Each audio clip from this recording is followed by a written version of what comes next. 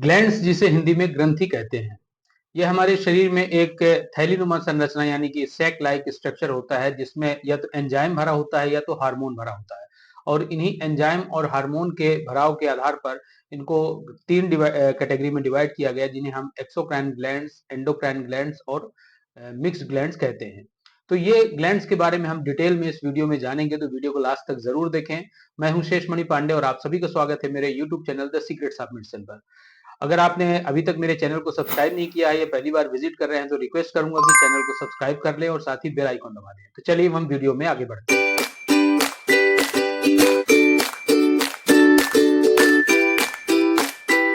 Exocrine gland और endocrine glands में जो बेसिक डिफरेंस होता है, एक्सो मतलब ये खून से बाहर यानी कि खून में टच नहीं होना चाहिए, हमारे ब्लड में ये टच नहीं हो सकती हैं एक्सोक्राइन ग्लैंड्स का जो सिक्रीशन होता है। और जो एंडोक्राइन ग्लैंड्स होती हैं वो ब्लड में ही डायरेक्टली सिक्रीट होती है।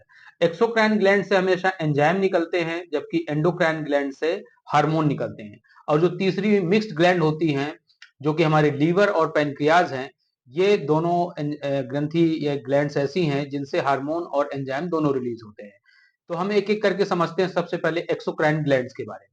तो एक्सोक्राइन ग्लैंड्स जो हैं इनसे हमेशा एंजाइम निकलता है और ये ब्लड में नहीं मिल सकते, इसलिए इन्हें रिलीज होने के लिए एक डक्ट की आवश्यकता होती है। इसलिए इनमें जो एंजाइम निकलता है वो एक डक्ट के थ्रू निकलता है। उदाहरण के तौर पर हमारे शरीर का पसीना जिसे हम स्वेट कहते हैं, जो कि स्वेट ग्लैंड से निकलता है। इसी प्रकार से जब हम दुखी होते हैं या हमारी आंख में कुछ चला जाता है तो हमारी आंखों से आंसू निकलते हैं जो कि लेक्राइमल ग्लैंड से निकलते हैं। इसी प्रकार से हमारे तेल ऑयली जो ग्लैंड्स होती हैं, सेबेशियस ग्लैंड्स, उनसे सीबम निकलता है। तो इस तरह से जितने बार ये सिक्रीशन होते हैं, आपने कभी देखा होगा कि इनसे कहीं भी खून या ब्लड इनमें संपर्क में नहीं आता है। हम जब भी अच्छा भोजन की रुचि रखते हैं या सोचते हैं या खाने वाले होते हैं तो हमारे मुंह से लार निकलने लगती है जो कि सलाइवरी ग्लैंड से निकलती है। तो इन सब सिक्रीशन में आपने देखा होगा कि कभी भी ब्लड नहीं आ सकता है क्योंकि ये एक डक्ट के थ्रू रिलीज होती है। तो इसी प्रकार से ऐसे ही और सिक्रीशन होते हैं जो हमारे शरीर में ये सिक्रीट होते हैं, जैसे कि हमारे शरीर का पसीना हो गया, हमारी आंखों का आंसू हो गया और सीबम यानी कि स्वेट ग्लैंड से जो निकलता है। इसके अलावा ब्रेस्ट से ब्रेस्ट मिल्क जो निकलता है, सेरुमिनस ग्लैंड से हमारे जो कान का जो वैक्स लाइक स्ट्रक्चर होता है वो निकलता है। और म्यूकस हमारे शरीर में जो कि हमारे कई जगह काम आता है। तो इस तरह के जो सिक्रीशन होते हैं ये निकलते हैं। अब इनका सिक्रीशन हम एक एक करके समझते हैं। तो हमारे शरीर के ऊपरी भाग से हम शुरुआत करते हैं यानी कि हमारे कान से। तो कान में जो ग्लैंड्स होती है वो उसे कहते हैं सेरुमिनस ग्लैंड्स। और ये जो सेरुमिनस ग्लैंड्स होती है ये सेरुमेन का रिलीज करती है, जो कि एक वैक्स यानी कि मोम लाइक सब्सटेंस होता है, जो हमारे कान में गंदगी जमा हो जाने पर या कुछ समय बाद अपने आप ही उसको क्लीन करने के लिए एक वैक्स लाइक स्ट्रक्चर में गंदगी को इकट्ठा कर लेता है। और आपने देखा होगा कि कई बार ये अपने आप भी कान से बाहर निकलता है और कई बार ये चिपक भी जाता है तो कान में दिक्कत आती है, लोगों को क्लियर सुनाई नहीं देता, जो कि ईएनटीज के पास जाकर इसे आप कई बार निकलवाते भी हैं। तो ये जो वैक्स लाइक स्ट्रक्चर होता है इसे ही हम सेरुमेन कहते हैं। तो सेरुमेन होता है ये हमारे ईयर यानी कान को फिजिकल डैमेज और माइक्रोबियल इन्फेक्शन से बचाने का काम भी करता है। अब दूसरी एक्सोक्राइन ग्लैंड्स की हम बात करते हैं जिन्हें हम लेक्राइमल ग्लैंड्स कहते हैं। लेक्राइमल ग्लैंड्स जो कि हमारी आंखों में होती हैं और ये आंसुओं का निर्माण करती हैं। तो ये आंख के ऊपरी भाग में पाई जाती हैं। ये लेक्राइमल ग्लैंड्स आंसुओं का निर्माण करती हैं और आंख के निचले हिस्से में, जो कि कान की हमारे नाक के पास कोने में एक ये हल्का मांस का टुकड़ा जैसा दिखता है, यहाँ पर ये जो ग्लैंड होती है उसे पंक्टम कहते हैं। और लेक्राइमल ग्लैंड्स आंसुओं का निर्माण करती है और ये पंक्टम में यही हमारे जो आंसू या टीयर्स होते हैं वो स्टोर होके रह जाते हैं। जब इनका सिक्रीशन नॉर्मल होता है तो ये स्टोर हो जाते हैं, लेकिन अगर किसी कारणवश इन्फेक्शन हो जाता है या इंजरी हो जाती है या कुछ फॉरेन पार्टिकल चला जाता है या हम दुखी होते हैं, उस कंडीशन में ये लेक्राइमल ग्लैंड्स बहुत ज्यादा आंसुओं का निर्माण करती है और ये ओवरफ्लो हो जाते हैं, तब हमारे आंसू आंख से बाहर आने लगते हैं। ये जो लेक्राइमल ग्लैंड से जो आंसू निकलते हैं इनमें लाइसोजाइम होता है जो कि एक लुब्रिकेंट का काम करता है, साथ ही ये बैक्टीरियल इन्फेक्शन किसी तरह का ना हो उससे भी हमारी आंखों को प्रोटेक्ट करके रखता है। ये जो पंक्टम ग्लैंड्स होती है ये हमारी नाक के पास पाई जाती है और इसी कारण से जब ज्यादा टीयर्स का सिक्रीशन हो जाता है तो ये हमारी नेजल म्यूकोसा में जाके मिल जाती है, यानी कि हमारी नाक के अंदर जो म्यूकस होता है उसमें भी मिल जाती है। इस वजह से म्यूकस ज्यादा बढ़ जाने म्यूकस में ये मिल जाने की वजह से अंदर सिक्रीशन बढ़ जाता है और आपने देखा होगा कि कई बार कुछ महिलाएं जब ज्यादा दुखी होती हैं, रोती हैं, जोर से रोती हैं, तो उनकी नाक भी बहने लगती है। जो कि एक ग्लैंड्स के थ्रू ये कनेक्टेड होता है। जो सिक्रीशन होता है ये एक नेजोलेक्राइमल डक्ट जो कि दो भाग में ऊपर की ओर खुलती है। ऊपरी भाग को सुपीरियर लेक्राइमल कैनाल और नीचे वाले भाग को इंफीरियर लेक्राइमल कैनाल कहते हैं, जो कि स्टोरेज करने वाले पंक्टम के दोनों सिरे ऊपरी और नीचे, जिसे सुपीरियर लेक्राइमल पंक्टम और इंफीरियर लेक्राइमल पंक्टम कहते हैं। तो ये इसी डक्ट के थ्रू जो है तो ये हमारे आंसू हमारे नाक के म्यूकस में जाके मिल जाती हैं। इस कारण से अंदर का म्यूकस बढ़ जाने की वजह से ये नाक से रिलीज होने लगता है और इसी कारण से रोते समय कई लोगों की नाक भी बहने लगती है। अगली ग्लैंड है मीमोबियन ग्लैंड्स। हमारी आंख की स्किन के नीचे यानी कि टॉर्सल प्लेट यानी दोनों आई लिड के अंदर ये मीमोबियन ग्लैंड्स पाई जाती है, जो आंखों की सुरक्षा के लिए ऑयल सिक्रीट करती है और आंखों के अंदर एक ऑक्यूलर सरफेस बना के रखती है, जिसके कारण आंखों में बराबर नमी बनी रहती है और आंखों को सूखने से बचाती है। ये जो मीमोबियन ग्लैंड्स होती हैं ये जो ऑयल सिक्रीट करती हैं, इसी ऑयल्स में जो डस्ट पार्टिकल्स अगर कहीं हमने फेस किया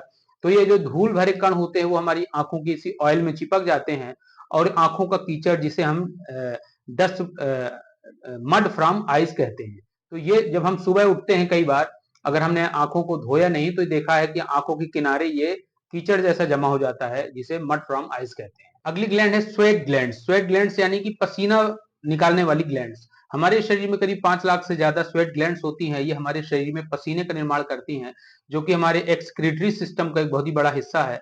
ये स्वेट ग्लैंड्स पसीने के द्वारा हमारे शरीर के टेम्परेचर को भी रेगुलेट करती हैं और हमारे पसीने में लाइसोजाइम होता है जो शरीर की गंदगी को बाहर भी निकालता है और साथ ही हमारी स्किन को किसी भी प्रकार के इन्फेक्शन से बचाने के लिए जिम्मेदार होता है। फिर हम आगे बढ़ते हैं सिबेशियस ग्लैंड। सिबेशियस ग्लैंड ये हमारी स्किन में सीबम यानी कि एक ऑयल लाइक सब्सटेंस का सिक्रीशन करती है, जो कि एक चिकना पदार्थ होता है और ये हमारी स्किन को मुलायम रखता है, ग्लो बना के रखता है, चिकना बना के रखता है, सॉफ्ट रखता है।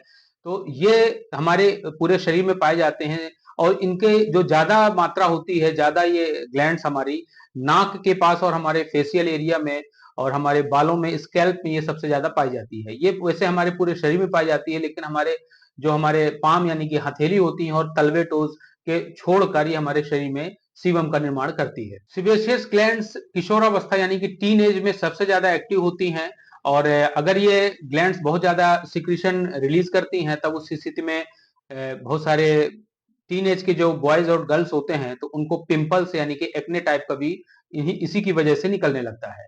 उम्र बढ़ने के साथ साथ ये सिबेशियस ग्लैंड्स डाउन होने लगती हैं और वयस्क अवस्था यानी कि हमारे एडल्ट एज में फुली एक्टिव रहती हैं, लेकिन धीरे धीरे जब हम बुजुर्ग होने लगते हैं तब ये ग्लैंड्स का जो फंक्शन है वो डाउन होने लगता है।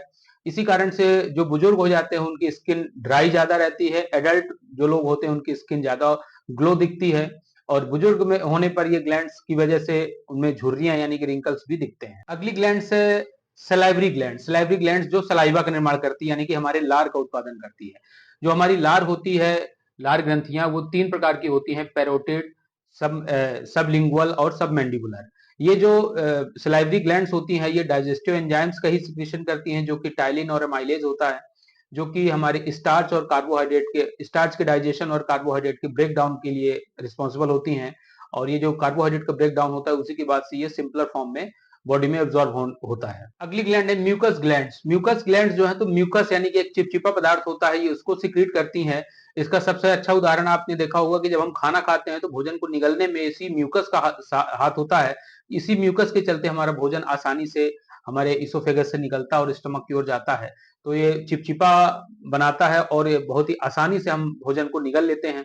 इसके अलावा ये म्यूकस ग्लैंड्स और भी हमारे एरिया में पाए जाते हैं, जैसे कि नेजोफेरिंग्स, फेरिंग्स, ट्रेकिया और ब्रोंकाई। तो ये म्यूकस ग्लैंड्स ज्यादातर एयरवे को हमारे मॉइस्ट यानी कि नम बना के रखती हैं। ये म्यूकस जो है तो गोबलेट सेल से सिक्रीट होती हैं और ये हमारी आंतों में भी पाई जाती हैं। अब हम बात करते हैं हमारे शरीर की सबसे बड़ी ग्लैंड्स लीवर के बारे में। लीवर हमारे शरीर की सबसे बड़ी ग्लैंड्स होती है, जो कि हमारे शरीर में करीब 800 ml से 1000 ml तक ये बाइल सिक्रीट करती है। ये जो बाइल होता है ये हमारे जो भी हम फैटी चीजें खाते हैं तो ये फैट के डाइजेशन के लिए इंपॉर्टेंट होता है। इसके अलावा लीवर में प्रोथ्रोम्बिन, हिपेरिन और फाइब्रिनोजन और एल्बुमिन जैसे सब्सटेंस का निर्माण होता है। ये बिलीरुबिन और बिलीवर्डिन का भी सिंथेसिस करता है। बिलीरुबिन जो होता है ये हमारे जो शरीर में जो स्टूल निकलता है इवैक्यूएशन के बाद, वो उसको येलो कलर देने के लिए रिस्पॉन्सिबल होता है, जबकि बिलीवर्डिन जो होता है वो बाइल को ग्रीन कलर यानी हरा रंग प्रदान करता है।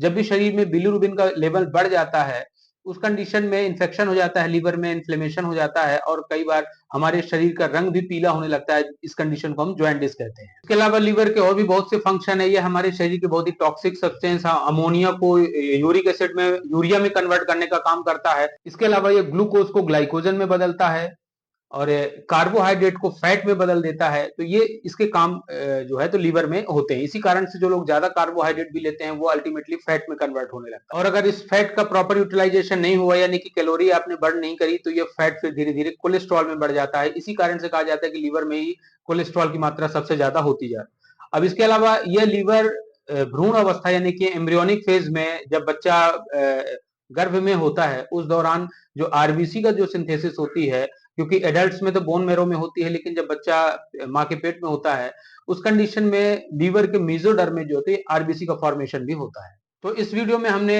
एक्सोक्राइन ग्लैंड्स के बारे में जाना और एक्सोक्राइन ग्लैंड्स में कौन कौन सी ग्लैंड्स होती हैं, उनके क्या सिक्रीशन है, क्या फंक्शन है।